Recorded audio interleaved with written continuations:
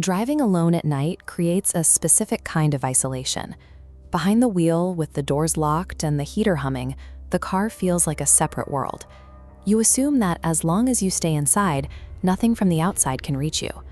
In the early 1990s, 18-year-old Julie was leaving Portland, Oregon on an ordinary evening. She was heading out to meet friends, driving a route she had memorized years ago. The rhythm of the drive changed when she saw brake lights stretching ahead.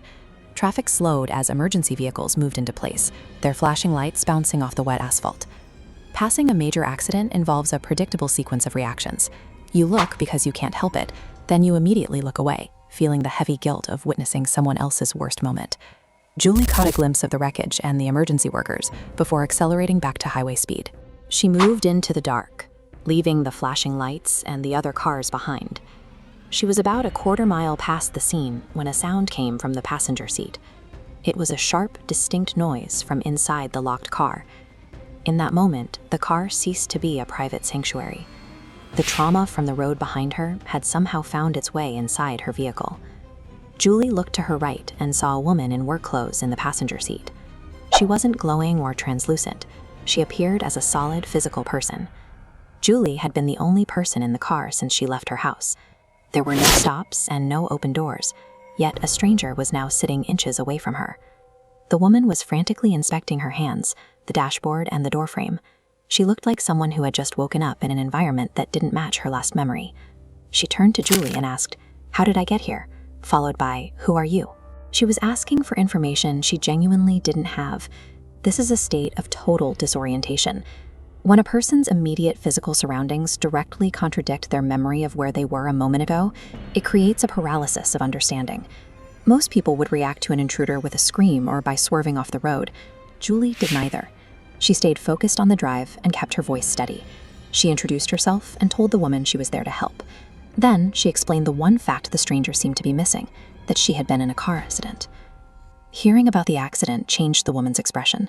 The panic didn't vanish, but it shifted into a quiet, focused attention.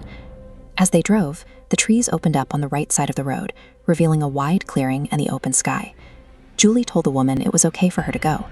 The woman looked at the clearing, then stepped through the closed door of the moving car and toward the light. By remaining calm, Julie provided a bridge for the passenger.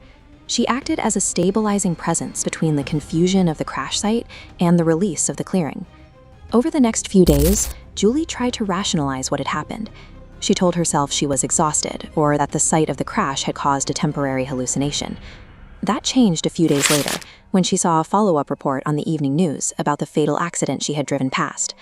The news showed a photograph of the victim. Julie recognized the face and the work clothes immediately. It was the same woman who had been in her car.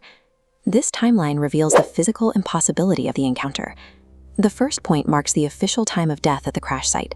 The second point marks where the woman appeared in Julie's passenger seat, miles away. According to the medical report, she was already gone before she ever spoke to Julie.